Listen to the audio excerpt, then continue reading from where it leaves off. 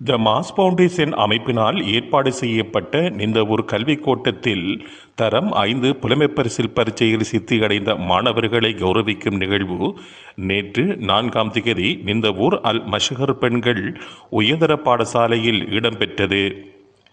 The mass foundation அமைப்பின் தலைவர் MTM Khaleel ADR தலைமையில் இடம்பெற்ற நிகழ்வில் அகில இலங்கை மக்கள் காங்கிரசின் தேசிய அமைப்பாளரும் தியாமடுல்ல மாவட்ட நாடாளுமன்ற உறுப்பினருமான அஷ்ரப் தாஹிர் பிரதம அதிதியாக கலந்து சிறப்பித்தார். நிந்தவூர் கல்விக்கு எனது பங்களிப்பு தொடரும். நமது சமூகத்தின் வளர்ச்சிக்கு இம்மாணவர்களை உயர்தரம் முதல் பல்கலைக்கழகம் வரைக்கும் கொண்டு சென்று நம் நாட்டின் உயர்நிலை பதவிகளில் பணிபுரிய பெற்றோர்கள், ஆசிரியர்கள், கல்வி சமூகம் உழைக்க வேண்டும். இதன் மூலமே நாம் நிலையான அபிவிருத்தி இலக்கை எட்ட முடியும். எனது பாராளுமன்ற உரையில் கூடுதல் முக்கியத்துவம் கல்விக்கே வழங்கியுள்ளேன். இது தொடரும். இம்மாணவர்கள், பெற்றோர்கள், ஆசிரியர்கள், அதிபர்கள் மற்றும் கல்வி சமூகத்துக்கும் என்றும் என் வாழ்த்துக்கள். உங்களுடனான எனது பயணம் என்றும் நிலைத்திருக்கும் என்று அஷ்ரப் தாஹிர் மேலும் தெரிவித்தார். கல்வியின் மூலம்தான் ஒரு மாற்றத்தையும் இந்த நாட்டினுடைய வளத்தையும் அபிவிருத்தியும் சமூக கட்டமைப்புகளையும் ஏற்படுத்த முடியும் என்ற நம்பிக்கையோடு எமது கட்சி இன்று புதிய ஒரு மாற்றத்தை நோக்கி தடம் பதித்துக் கொண்டு வருகின்றது.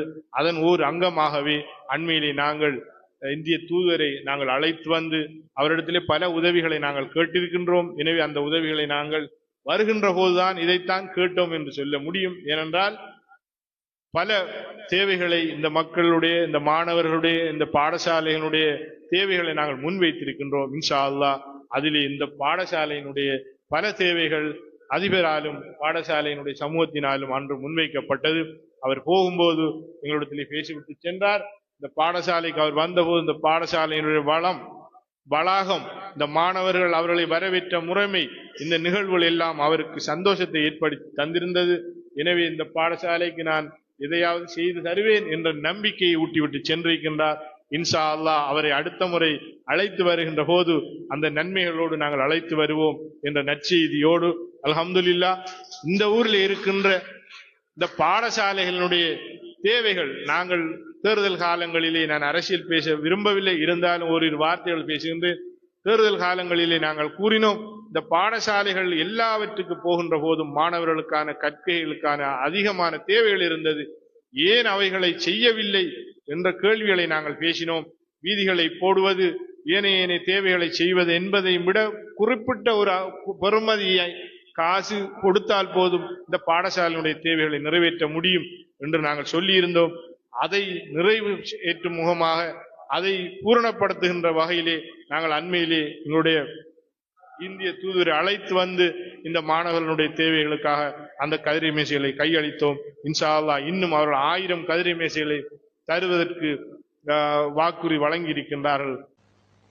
இதன்போது நிந்தவூர் கல்விக் கோட்டத்துக்கு உட்பட்ட தரம் 5 புலமை பரிசில் பரீட்சையில் சித்தியடைந்த 63 மாணவ மாணவிகள், அவர்களுக்கு கற்பித்த ஆசிரியைகள் மற்றும் மாணவர்களின் பெற்றோர்கள் கௌரவிக்கப்பட்டிருந்தனர்.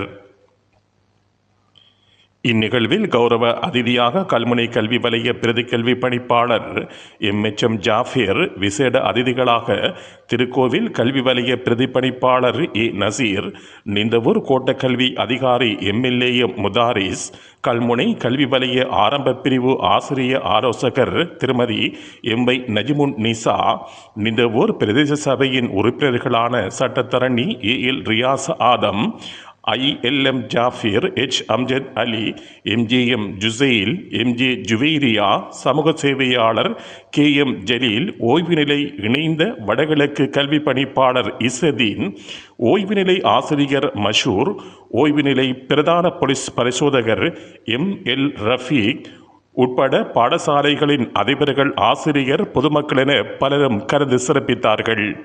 நீங்கள் இணைந்திருப்பது கீரல் சமூக தொலைக்காட்சியின் செய்தி பார்வையோடு.